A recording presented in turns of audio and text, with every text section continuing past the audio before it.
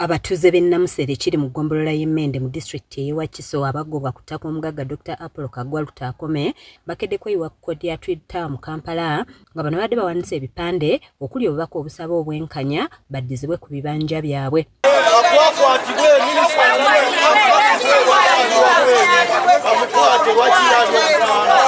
Bano tuzze tubakulaga mu mawulire gaffe ag'enjawulo nga Dr. Kagwa yabagoba ku ttaka wabula minisita omubeezi ow'eby'ettaka Dr. Sam Mayanja n'alibazaako nga yeesigama ku kiragiro kya President Museveni ekyamuweebwa oluvannyuma lw'okunoonyereza kw'akakiiko akalwanyisa enguzi mu maka g'obwa pulezidenti. Kagwa abawaabire gavumenti siffe babibanja kinoomu nga wakola ki Kagwa abawaabire gavumenti yabakola ki yatuzza ku bibanja kuba gavumenti yanoonyereza nga gyonisoka akola ki gyonisoka anoonyereza tukuba emiggo egya buli kanaku taata Museveni ffe tuli bawagizi bo Wakiso.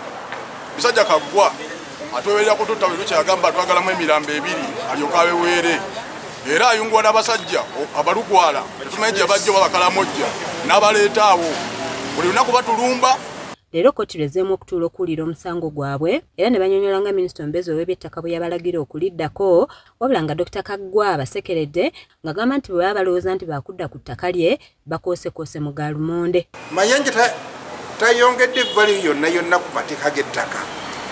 Obubu bw'ettaka bugenda bukulanga bw'ayagala ate kati afunye waliira mu bubu bw'ettaka. Mu kifo ky'okwongera amateeka okulwanyisa empisa embi ezizze mu by'ettaka ye kati atandise kulya nabo, which is not fair.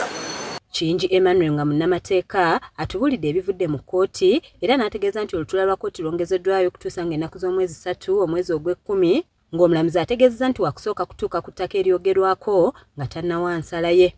Nga 3 ogw'Ekkumi 2023 naye kkooti erekkiriza nga tennaba kugenda mu maaso n'okuwa ensala tujja gisitula tugitwale ku ground oba ku ttaka oba ku bibanja erabye ddala abantu bano. Ono alaze essanyu ng'agamba nti omulamuzi kakkiriza okutuukako ku ttaka lino kyandijjayo obwerufu mu nsonga eno. Bwe Ivan nga ye munnamateeka wa Dr. Okwekalakaasa agamba nti mukama we yawaabira abantu 12 era nga bano mu mwezi guno ng'ennaku z'omwezi 13 bakusoyebwa ebibuuzo nga ne Kagwa naye alina by'alina okuddamu. Bawaabibwa nga baali basaba okumusoyasoya ebibuuzo ng'era mwetegefu okuddamu ebibuuzo ebyo wammanga. Naffe ffennyini twasabye abo be yawawaabira okujja mu kkooti era tubasoyesoye ebibuuzo.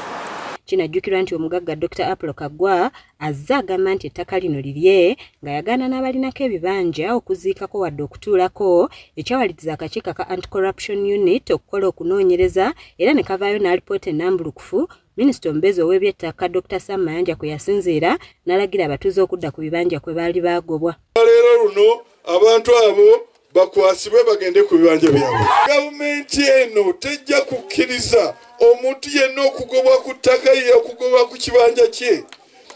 President Museveni tayoza ate nayanika mu ttaka. Tusaba President Museveni atuyambire mama nabbanja atwagala kumanya Kagwa mu Uganda eno akola ng'ani omuntu atakwatibwako atumanye yafuka eggwanga lino.